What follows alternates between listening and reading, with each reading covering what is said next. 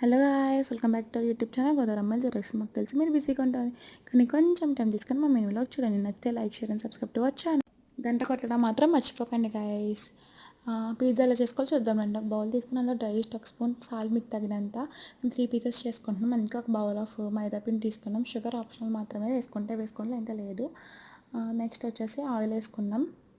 తర్వాత పిండి అంతా ఒకసారి కలుపుకోండి, అంటే పొడి పొడిలాడుతూ ఉండాలి పిండి. తర్వాత హాట్ వాటర్తో చపాతీ పిండి కన్నా కొంచెం కొంచెం మెత్తగా కలుపుకోండి గైస్. అలా కలిపిన పిండిని మూత పెట్టేసి కాసేపు పక్కన పెడదాం. తర్వాత వెజిటేబుల్స్ అన్నీ కట్ చేసుకుంటున్నాం గైస్. మేమైతే ఆనియన్, క్యాప్సికమ్ వేసుకుంటున్నాం.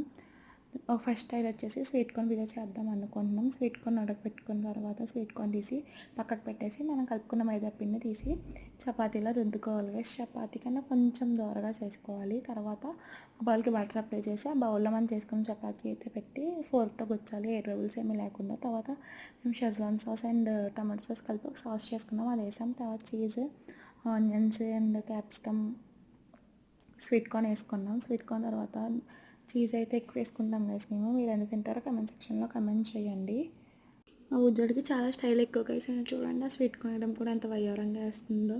ఇప్పుడైతే చీజ్ వేస్తుంది చూడండి గైస్. ఎంత ఎక్కువ అంటే చాలా ఎక్కువ తింటుంది గైస్ చీజ్. తనకి చాలా ఇష్టం చీజ్ అంటే.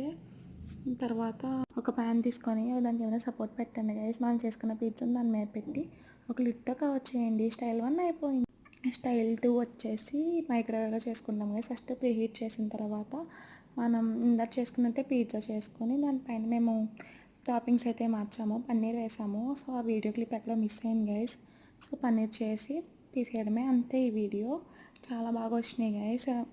మైక్రోవేవ్ కన్నా స్టవ్ మీద చేసినా చాలా అంటే చాలా బాగా వచ్చినాయి. మీరు కూడా ట్రై చేసి ఎలా ఉందో